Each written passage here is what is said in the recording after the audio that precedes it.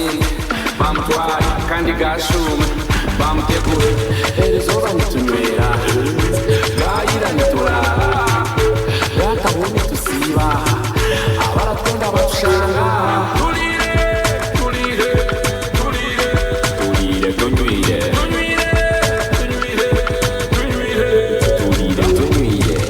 erizooba nokupowa nabana akashera nokukanywa nabana endongo kukitera nabana nabaki nabana erizooba nokupowa nabana akashera nokukanywa nabana endongo kukizina nabana nabaki nabana.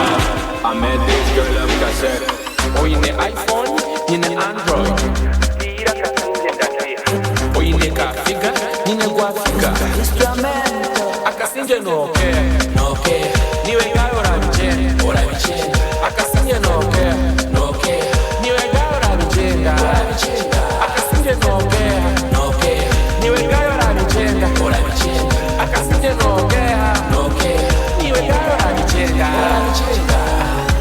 Wabuza vibe no bawasize korotani kani gobe nayo kujitera no gushutani ese yakutera imigere kirekire ntomi guy kirekire ntomi ranch erabura konka data tekabura transport erabura konka tiyate kabura oyine iPhone ine Android stira kasinge ndake oyine kafika ine gwafika stira kasinge ndake oyine 6 packs ine 1 pack stira kasinge ndake oyine brown fly ine black fly stira kasinge ndake no care niwe gayo ora bichenda akasinge no care niwe gayo ora bichenda akasinge no care niwe gayo ora bichenda akasinge no care niwe gayo ora bichenda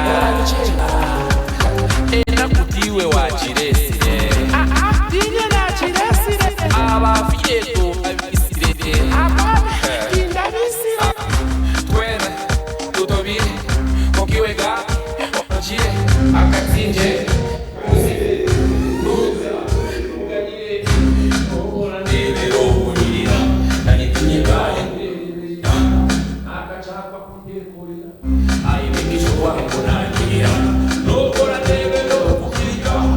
Tinyeka indeirira nakachaka kudemborera aibikishwa kunanyirira akasinje nokeha gayora biche akasinje nokeha gayora jirachi orabijua absolute tokagamba arikigezi music eshayeji ayinkugambira atari mizi na fact zamani sa fact zamani kandi wetu ino mukizimbe ni wetu ino mucombeko hano ya Tayari West nyine kamukuzo mu rembo rwambara yatwachira umushayitu ya kabiri dakika za 13 zonka ezari umushaha 12 zo mwebazyo uragambo tatashi ndije ya fact zamani banza watu wakuraho rero tugambe kazero abarebi ba Tayari West njebale nanye njebale twena tujebale really no kujebara mwasi amuta amazina ni fact zamani straight out Kigezi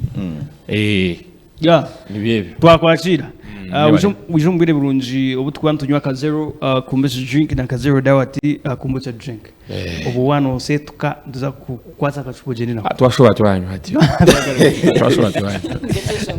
twashobora twagotomera so making sure ngahera kwa hori be part of Twinukye Xtra kandi uyigita kuyanja abantu abakozesa ebikunya birunji mnoge bya Jonathan Frank Investments Uganda Limited abakora kazero drink amene kazero dawati drink ebikunya biri mu supermarkets no matindroge ebikunya gono muyanga ashinje kumirwa ronka no asa kwetunjira kazero kombocha drink ninga kazero dawa kombocha drink demanza gavunjizo twinebyo kwangara binji mnonga kurga t-shirts aprons twineyo flat screens amasimu sente no kwangura ibyo kunywa no kwangura sport bike no kwangura pichipichi ninga Toyota Primo omazi nkogu orukoisa kazero kombocha drink urkwenda kuzara gendo ringo mnonga alinga chano huruine mu amani machem mnonga nondaman agarinjira goine koisa kazero kumuz drink ekuretera man agumtano obito niyo tukoresha umushankeji kureba ngo twagumiza mpaka arisha emwe azuma waziti umubwire ubwa Renzo hamwe na Turo yona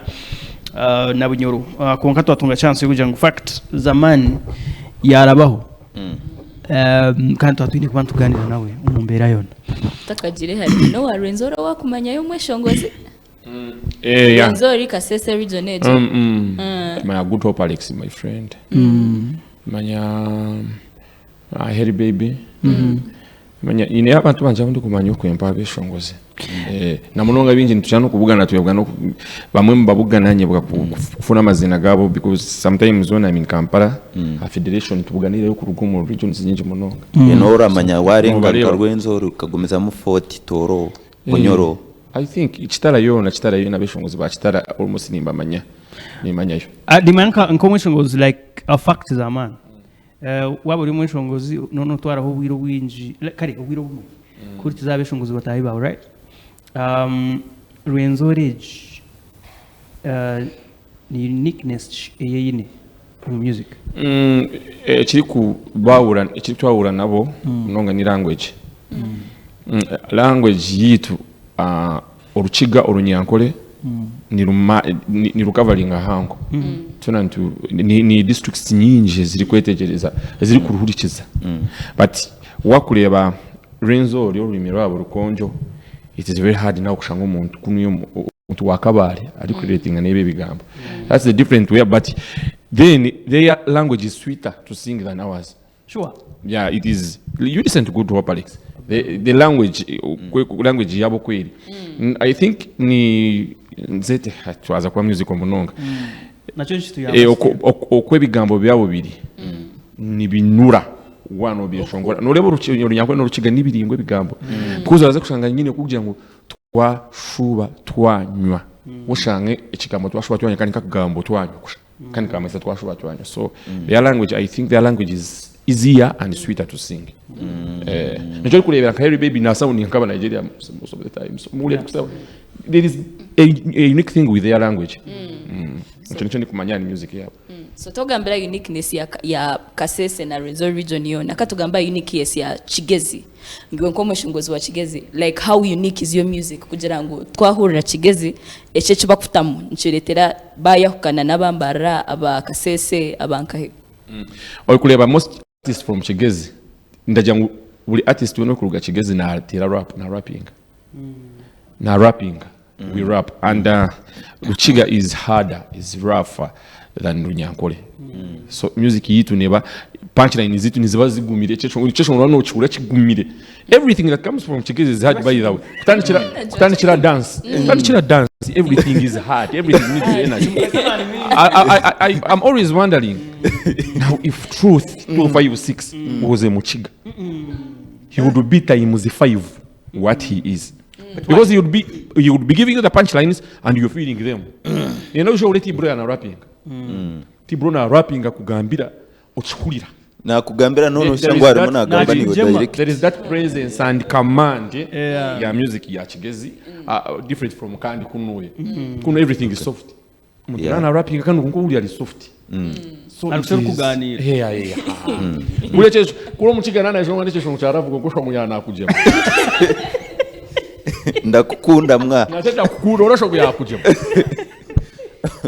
is so interesting ebyadara okay that is how simple you can analyze our music and you can change easy. There is Chinyaranda there is the Batoro kandi bo bali soft munonga there is abafumbira bo bali tricky because they are like Banyaranda they are too sweet kandi bo sweet if you listen to Bafumbia as a Kisoro kwali abana we always forget that it's part of Kigezi yet it is part of Kigezi ari abana barunje phantom bo akoroka rusacho hulira bo bana anaoja ngubungenu bo badiyo ko mulimo mu mishozi yabo ari umwana yabe yansindikiro message yansindikiro rukarara rwabeshongozi ngo aba bana Beazini bona bari Kisoro konkate mukubatera mbarara Kisoro to sa Kisoro ari kuruga no chairman wa Kisoro aine talent yaman ngati mwanya awench what kamera is attention bali ali abana unibanziza KZ ali abana bingi because I have been ekifumbira ni bashwanza mu English and if you listen to them bashwanza mu rujungu no rufumbira ni bigenda bibonera munonga because for them they can speak well English more than Banyarwanda. So now it is like a Chinyarwanda song with good English. So, yeah, they are good. And they speak good English. Chesho mkama hashitaki sori yagamba ni urujungu zoko kwata. Toko kwata. Muno English. No English. No English. Sakiso Rogarai, he must be your friend. Yeah, he's my friend, my good friend. We're in touch. So every time we meet every I meet in studio, we meet out, we meet from home. So he's my G. So fact zaman abantu aba music ya penetrate nje side za Rwenzori, Bunyoro, Toro, music yaba hichiremu ingo banze kufokasinga kunu na za Kampala. First of all unkaurana no rutaro ruhango muno ngakuri yangu music ya Kigezi ya penetrating here. It was hard, very hard, and nicho chinde chazi niyo the hardest journey yinyine mu life yanje kumeka sure music itu yashara yisha kuno because ekabani wano kibaje kandi ekiraguma kuri but until eketera kukoma muhanga. Yes, but I had to make sure I use my influence, my energy ndiba mu music yitu yahika kuno. So omukika kuno kuyarandinjire muno hati ya my efforts zanje no kumeka sure ngo hati naji janjaza. Because I have had since last year I've had shows in Hoima, had shows in I've been moving around the whole regions. Regions on Stambule. So hati your goal kumeka sure ngo already I'm working Kampala, I'm working on that kutamuza music yite kazamu no muzindi tribes and whatever concentration nyenango at least abantu baba joko uri mu Kigezi neji.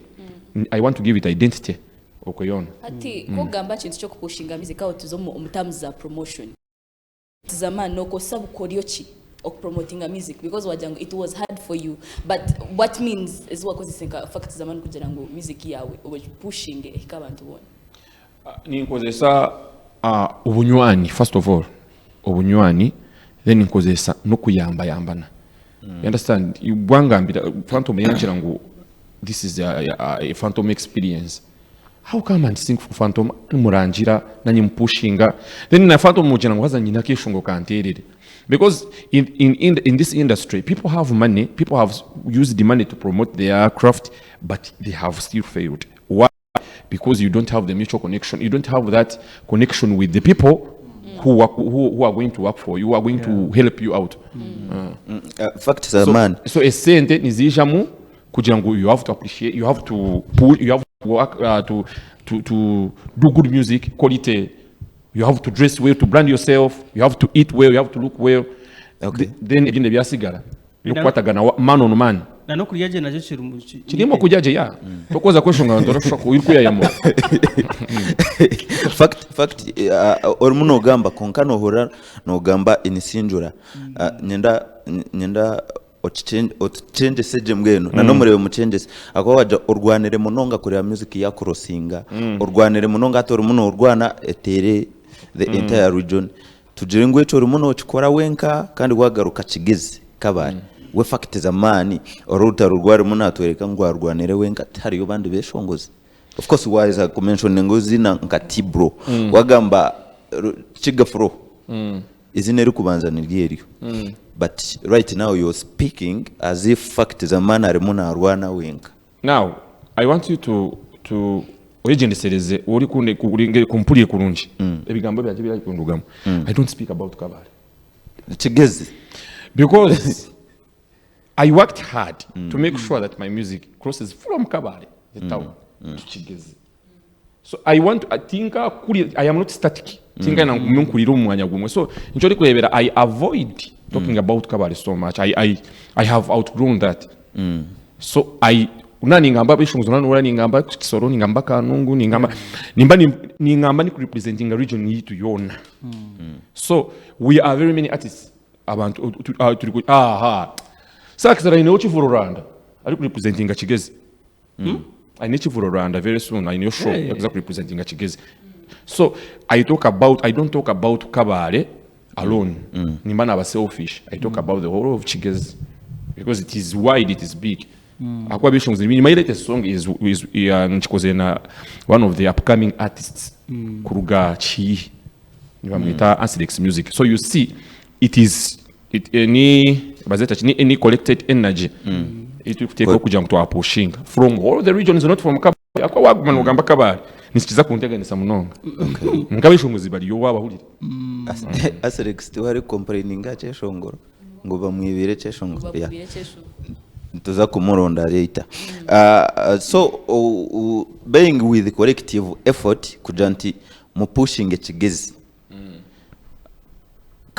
Chigezi eje yokura nanazagaruka gamba Kabale. Chigezi eje yo yitukureba hariho mwine gangs kandi ziri serious. You being influential into the industry ya Chigezi na Western Uganda. Oine umurimo muhango go kubasa koraho Chigezi industry ekaba united.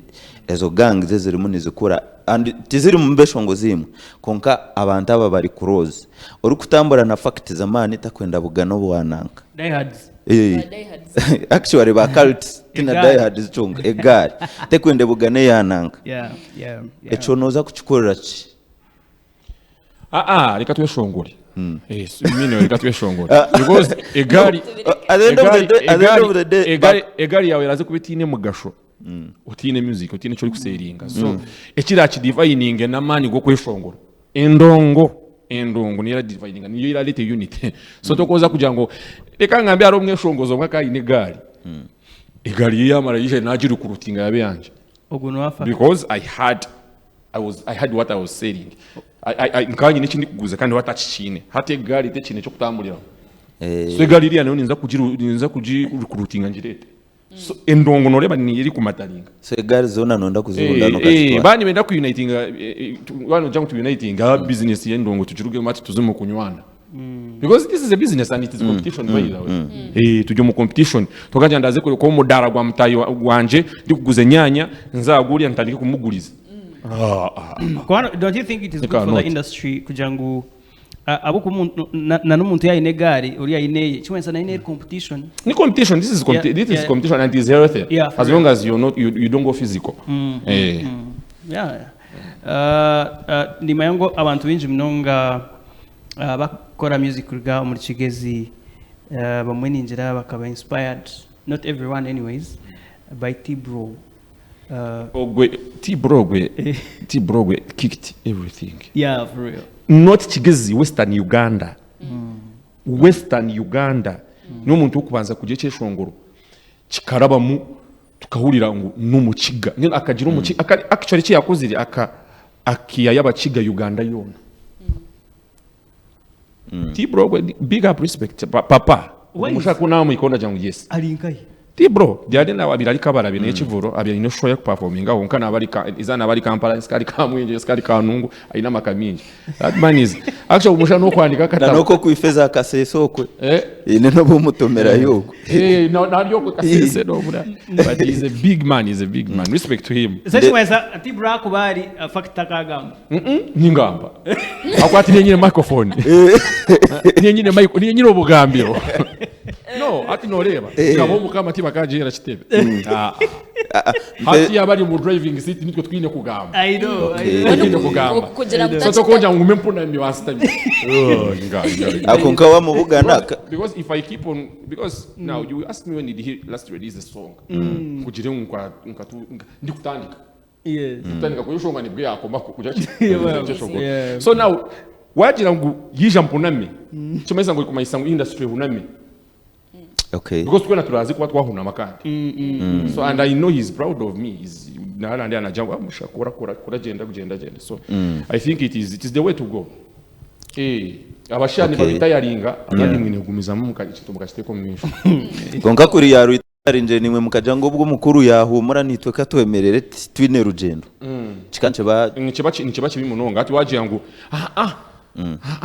fact yashimye kubana agamba hakwaro aho bakurubeye ati kandi bakurubeye ati bakayenda kugira batiya ati nanye mpunami njire bati then mugwe mugira ngo Chigezi twabahurira it is very bad mbwenu tokutekateka ngo abakuru abo binekwa bahebwa nkakatinza ko kugira ngo nibo bakinga batandikire kintu eco kanti nachiba I wouldn't be talking about them hati ba trending Fact zamani byone byo gukora of course niyo ni following Kigezi Munonga disco erizooba ntaruho fact zamani nakaya nanogu nyenchakare ogu na complaining fact zamani ubwiro watandikiremo n'abasinazi nabaji okabatanga mukatandikamo actually oyiro saksa one of ejo nkeji yona group yaba am the youngest group yona kuri kubali abati bro abo nabaji boy nakiko izoda dani jibo akakutanga mu disco am the youngest chobomanya okay imanyonka speed inijiro ni nyinji munonga yaje nebya pati so I ngakora nakita ni nugwaka to kwirukanga kati so I'm the youngest of them ninye jasi ya so mukora Flora yoka bashanga kandi backup artist my friend by then so kuna Flora keri korabo nkani njangu ni duo nyonka bona dancer kaboko tina mawali nkabona comedian ngome dikura bamanda kuzina bajwire by'abakazi for sure uri kubikorera Kigezo dona ngabikora kabo dikura kabo MC wa events why but I was young I was doing all that when I was in senior 1 yes 2 3 4 yeah so bikabita kwana center I think like kana ukora this passion I have started thinking about money when I realized that I have to invest it back ati nanyebuzaga nanyinje kwijoka ukazini rabantu kandi kwanta tine chingi investing so it was passion gamba side yo kuba comedian muri Kigezi like comedy okojikorota comedy now naturally I think I was born funny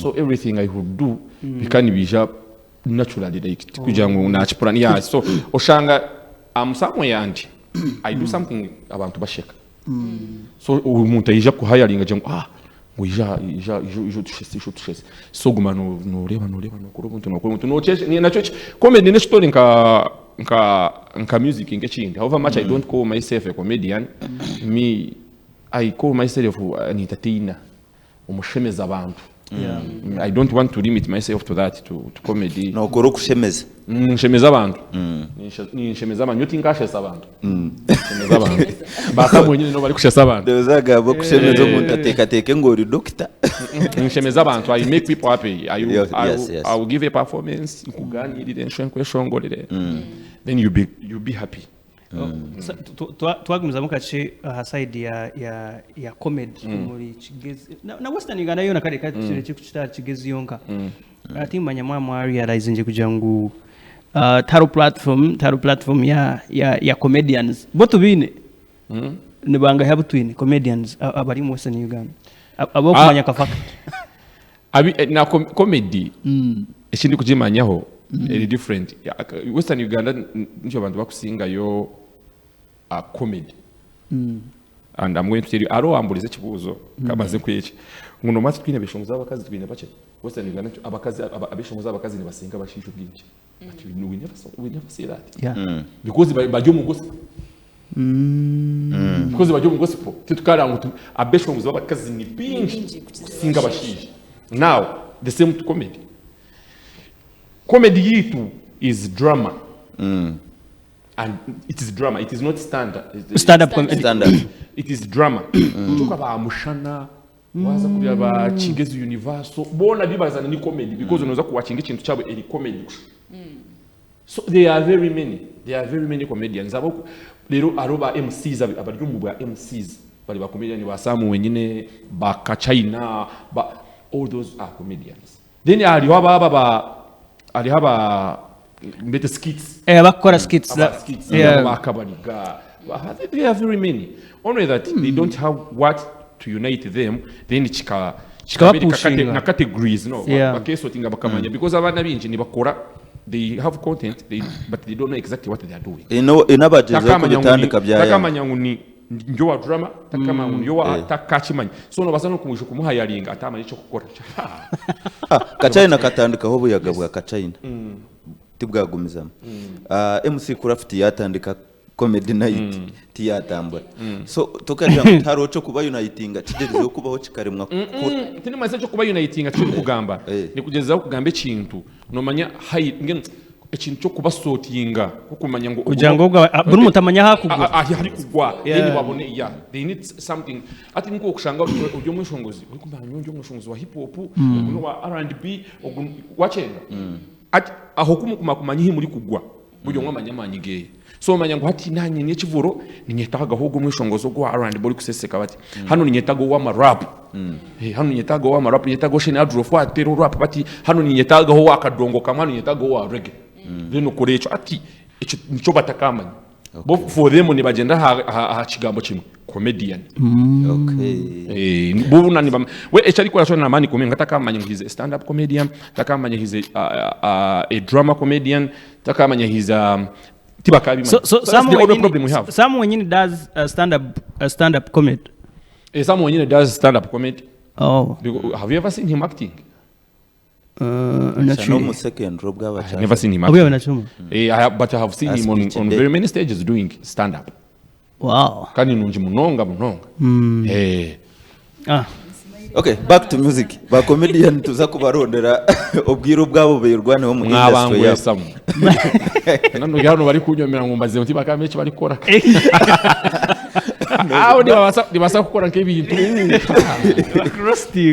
back to music fact zamani twatori kampara yo concept witomuka na Bachiga Nation twahura ezo concept immediately arwamazina gakwija omitwe yitu abeshongozi kurwo muri Kigezi na hari mu fact zamani konka eji eherukire Bachiga Nation fact zamani tara appearingero akabaho Bachiga Nation abantu bingi bakambuza and I had very many phone calls because noshongo MC omwe akakora mistake ya mentioning message ya jangu I am around mubetere then no people were anxious abantu kuna batani yatira na music abantu bakuruka now I wasn't there so people started calling me hey, why are you going to perform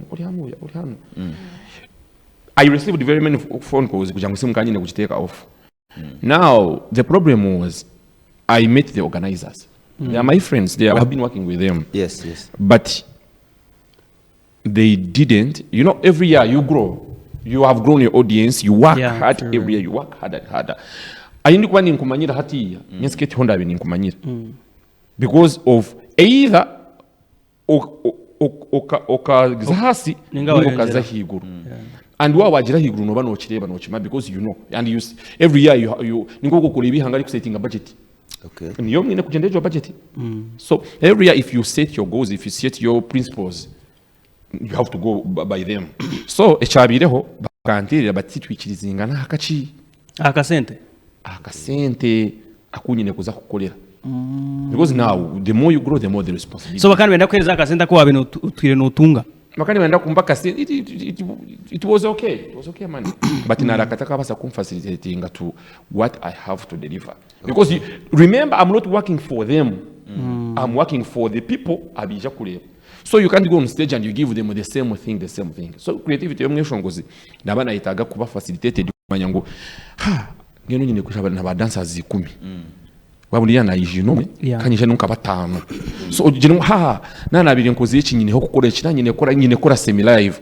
Ningabwe nyine kora live band kugira ngo abantu obahe ikintu batakutamwa. So they couldn't get ndagira ngo tibara be prepared with that tibangarukira. But maybe I think in the future we shall work because we have been working for the last 5 years. Of course, nabanta bamwe maba nintekateka bamwe babeno batekateka ngo ino omukono muri Bachiga Nation. Very many people batekateka ngo ati no ni bamanya ngo nitwe Bachiga Nation. Yes. Binyu ni mamangu nitwe aba fact ba ni babo Bachiga Nation. So when they expect to see you there. Every time they expect to see you. And you know how hard that is. Chimanyisa, every time you have to be creative and different. Or in a convention to different from what you have been giving them, which the organizers don't see. But they want to see something new. They want you to be better than the last time. Yeah. And to be better than last time, you need more facilities. So washaramuwa jeto hapana. Ati naze ngo hapana chikanga ikintu cyana no kireka because it is very bad kandi kwikoka kora kubi. Okaba you be the one you be sacrificed. Yeah, for real. Baraze fute ko bajengo abako bari hano baba batakuwamanya. Baze kuja kwamureba. Mwana naguruko yagire ngo aruwanzire ngo turuhire gumani mutwe shongorera amize ndaro mutureterere band. I know. You understand? People get tired. Yes, aza kugira ngo mbe ekitamo yari nazo ba sacrificing. I would rather pull out than saving the two brands. Yanje ne yabo. So and next time maybe we can sit and run better. So iwabwe abona ureba ngo bayambire wa protecting a brand yabo. No, we yes at naza yonta delivering to what is expected. 2 to losing. Badi nibaza kwa blaming abwinchi mwaletogo. Nuri ananye bagire ngo habwinchi wakoreshe. So kugira ngo yare byinji you better pull out then you prepare better umisha umpo preparing kurunje mu delivering raba. Think mababa organizer abachiga nation bo bamwina na witomuka. They are different. They are different. They are very different. Area ne ya Derek. Na ine ya area ine tikugira ngo ndabasa kuchigama ngune ya Derek niyo witomuka because it is a committee. Okay. Where he is a CEO, a leader.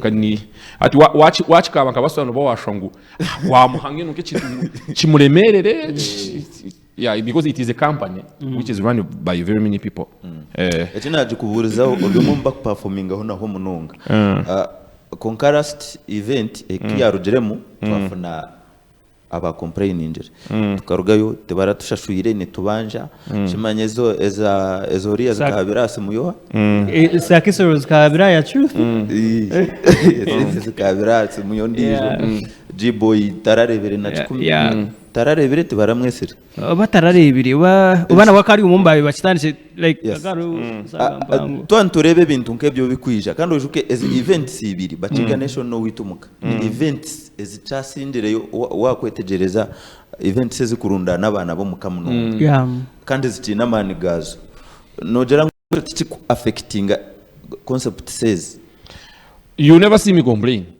Ndaje to kadego ndi complaining ngo tibamba sente tibakora chi. Do you know why? Because I avoid all that before it happens. That's why I didn't turn up for chicken this time. I don't want to come out and start telling people ibita baka tibi kaba kwata. Ibyo kuza kugira tibansha shuire tibiache. Ebya abantu bali nakubihurira go sing bakunyaga kunama. Next time don't. Yesu waye na mwebuganiwe no wakunyagire mwetere mwite. No, it is bad to me. You can never see me complaining. Na wakuzinyaga. Either ni ngamira. Je mushaya hasinga magezi. Yanyaga yankozesa. Then next time kulinde. Actually nibasa no kuguma mpuna myoteka teke ngo utekateke ngo tinanyiga munye kunamire because I know you need me in future. I'm the one with the content. I'm the one who is singing. You is hiring me. You can't sing. You're the creator. I'm the creator. Kana nekindi tumareba go kamiliyoni bamunyagire so warugayo kagamba cyane cyane kindi kikutaho abantu batakureba and yeah abandi arokushanga no manya batakumenya because it's superstar my kanga in principles I think in principles no the principle yeah it is how organized you are how prepared you are how do you prepare yourself kugira ngo business ya waje konda kitingota because I have never seen people who negotiate on camera. Konka byayanga abantu no mu public. Abantu bo tukaita abantu ngo atikatukole negotiation. It is always one on one. So that one on one you should always sign contracts and whatever. Ezo mistakes za biro mota signing je contracts and whatever kugira ngo umuntu or you go legal. You just keep quiet. Me to me fact I keep quiet. So nchori kurebera I try by all means to avoid things before they happen.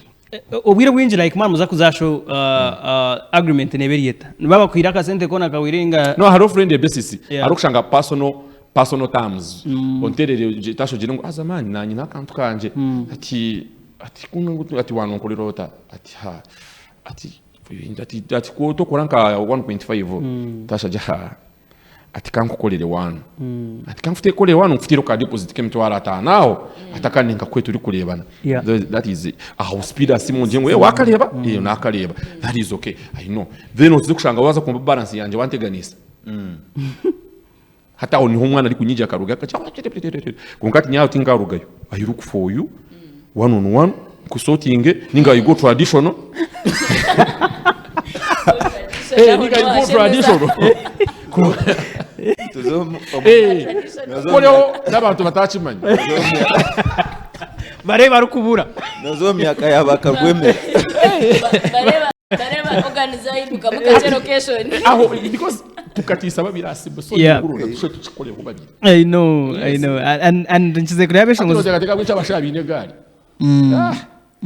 kuyamba honke konka if we sign a contract then I can't even come to demand for my money just to know they will serve you they will serve you musha muhe nushuzeye I know and nchize kurabesha ngo zabana is a stage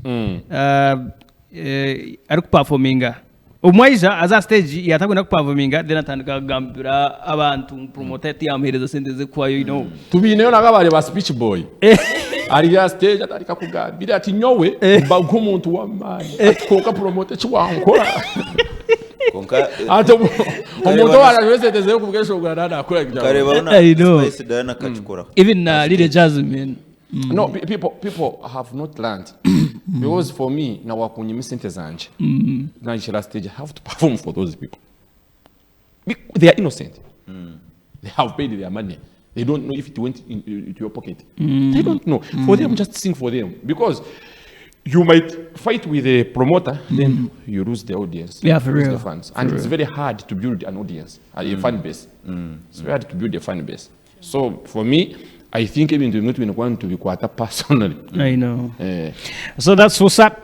Tushia hampagarisha imwe azuma wazitwine sa fact zaman and tuganira enshonga za entertainment and this agent show how Jonathan and Frank Investments Uganda Limited abakora kazero drink amena kazero kumbucha drink kazero dawati kumbucha drink. Fact akaine show yaji hayo timanya plans neza riari kugara ejo show kwajihireyo agumza muno pushinjira shine omukiganinga just okay show chakoma ngaje because of her show yaje kaje because of her because I wanted to pardon her inkenango abanza because nyonka natuje chance nakoze Kampala and country ningambira abantu kabari boni bachimanyi I have all the performances isn't when nkora since mazire Kampala ntura nimbagambira nimbararika ngo azomukwaka ngaye omukwa munana ndikwisha kabare bandi shine akata kabirebaga so shine akafuna idea we yokukora hati nyowe kanta karanjire I was still nyoko nkole ibyo byanje nemaza stay ekindi nemaza nchi installing mu bantu a ground o setting awareness ngo we setting awareness bagira ngo hati ntuza kuba ninza kugira ngo bantu beka nyine kite kindi kureta then kugira ngo waza kuranga abini bakimanyi that's what I was doing hati we yija ya setting a date yaranga yatayo coincidentally kandi kuza kuteka yo that week yakubanza yambanza you not explain to people ngo kabobanza ninga ngo idea because yata you respect that respect that let her work then I pushed to next year mukonko mukwa kashata mu next year ko mwaka gukutandika so najangu leka kore maybe hinebinda yije na show ye because it has been a very long time ever since omweshongo zikora concert so nimbaza kwega hebinji nimbaza kumufune namba zaba sponsors bamwe baze kufuna bokungura tables so let us first work on her show on her concert then later tubone kuzayanje fact in kabareji emyaka ejehwire almost close to 5 years shows zo kuza kabare oro event simanyi zabesimbire emikoro organization zinkezo ku celebrating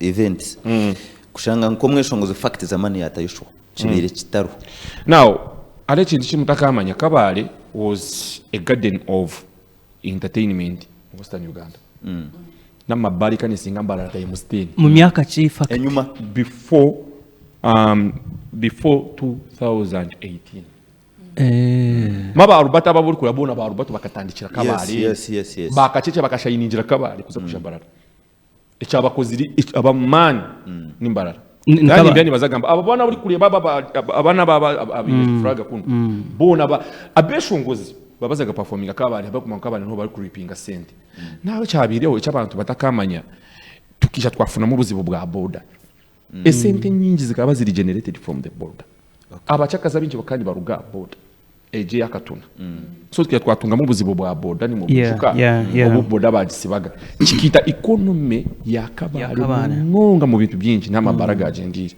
so amabara mingi gakacinga then hijira mu lockdown kijyo mu border hijira mu lockdown amabara mingi niho gacinjire like transport bus zenye nyo muri Uganda zikane zakabara yes why because kanza yarabona zakisoro zakoro yes so ejo bodeka tukora kubi ekita ikono abantu abayine basinge kuri sento muri kabale bakani baruga katunabo dokukwi n'umuntu yayishaga bakari sente kabale ni yo district yo kubanza costinga Kigali night yes kandi ejo singa almost every month abantu bari kuruga bus ziri kuruga Rwanda bakija bakaza mu Kigali night abeshonguzi ba Rwanda ba DJ Pius bashirina nina bon if it kujya mu tucyari nkuko twabeturi kariba erebona uruko kuba ari kuza Kampala bijaga kabari but industry kija yatunga yafa because of the economy kuruga border industry yitu yemereramu so utagira ngo nicyo tukantucenda basyo sente zikababurira sente zabanche ababire ni bacakara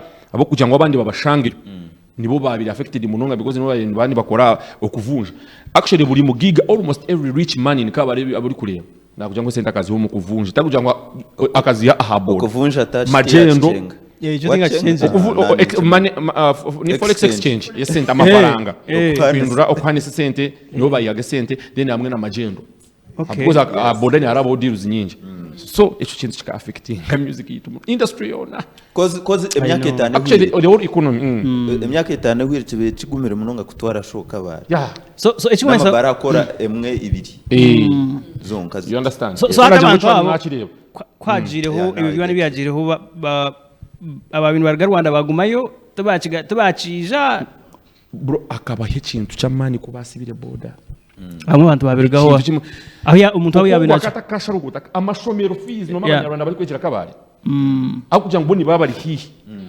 naho muruka ngo wabugano distance iri kwani mwa Kigali kumutwara kabari ni ingene ya muhambarara kumutwara kabari so amashomero yago babazaga ngo bataringaga kabari geze school nyonda jaba obi banje like primary abanyarwanda abantu kuruga Rwanda so economy ikashishikara munonga n'amashomero kabari kandi burizo kandi uhora ngo hatandika hishomero ishomero almost 50% n'abanyarwanda so ukusiba border I blame it on that ukusiba border kukatu affecting amunonga ni 2022 so ati akubani ndebo gumwaka almost shows nkisha teze bahanecere yabeshongozi sinaza katayo na Jibo yatireyo mwenu murebere ngo hati economy garucere yaterera Jibo ya Kampala ine listeners party Kampala bayo noreba na chihi ne singa kabale shows events yes kuri singa kabale events ya abantu nibakora kuri n'abantu bateko events munga kusinga kabale wazo no bera likire but kabale nanti wozago rya sure you would always be on a sure kumanya ngo I'm going to make money baza bafana niho babisha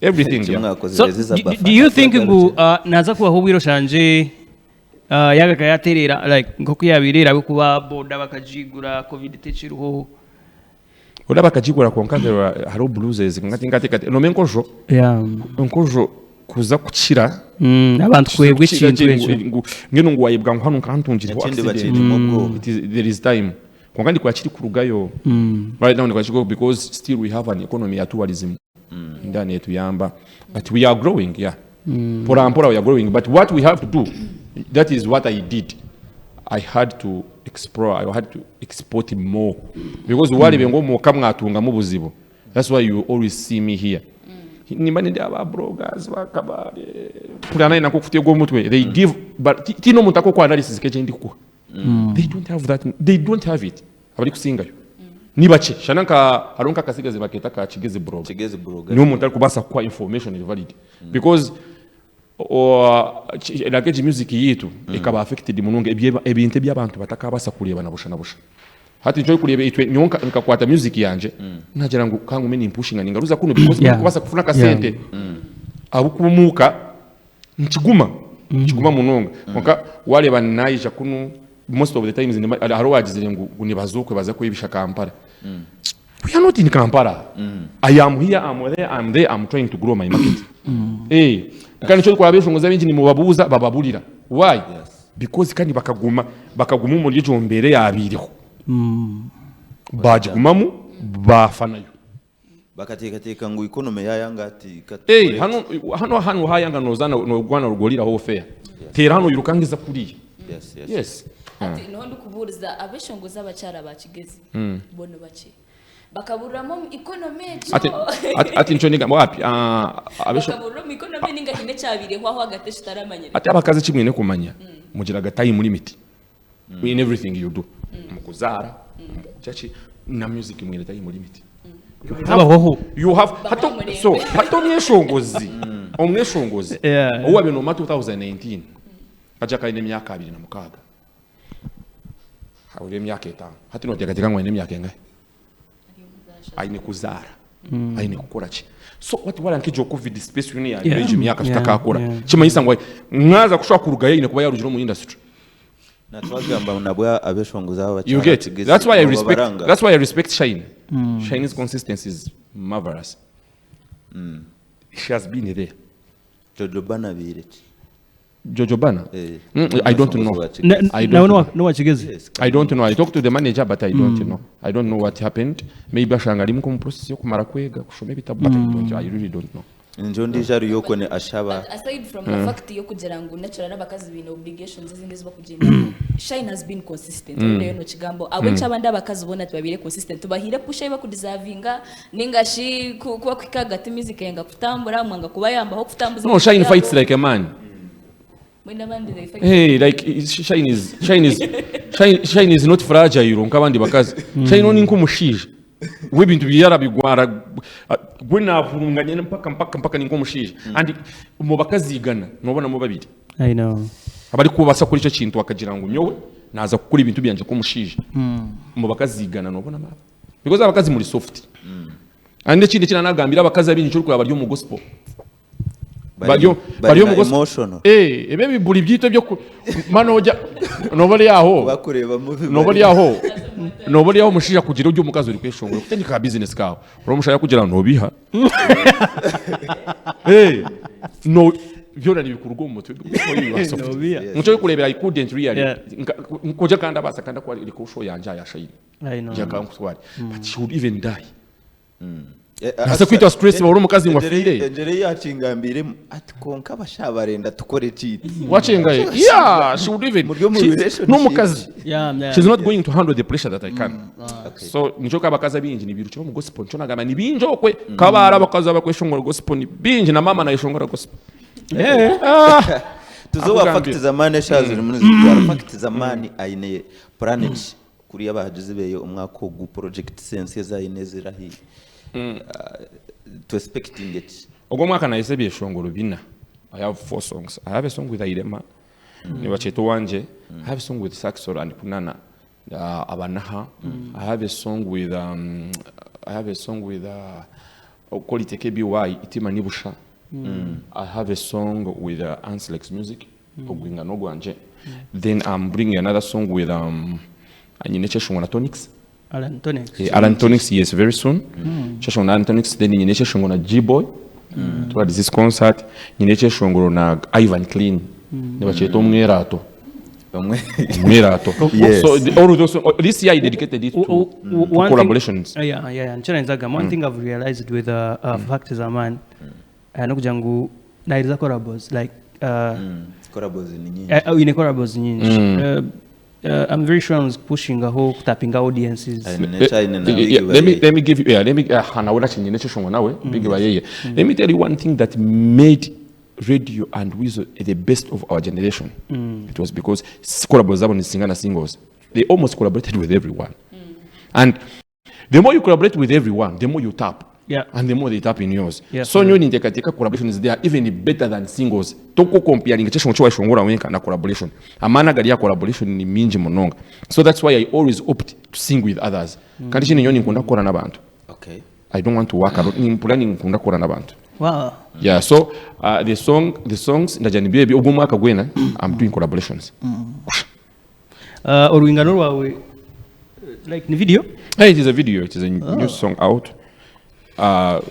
Actually, in the jungle, it's like I'm premiering it because I haven't been on TV premiering the song. Yeah, you premiere it. Style. Kama zichi premiering cheshungo chama shanyarazi. Echeshone bacheto ogwingano gwanje. Orwingano. I'm singing there. Ndenda nyirume no gwingano twe ntushigama ko gwingano nico turamanya. No gwingano ogwingano sikatunya nyirume. Orwinga ogwingano gwanje kachitera na Asilex Music no mwana wa musasa. You check out Asilex that boy because this is the main purpose of that song kugira ngo umwana really na wagirechi afune bimuri byeye wachikoze ne bamweta nasa aids echeshongoro chikakogwa the same producer wakoze twashuba twanywa ne bamweta work on the beats. Yeah, enjoy the song. Bachi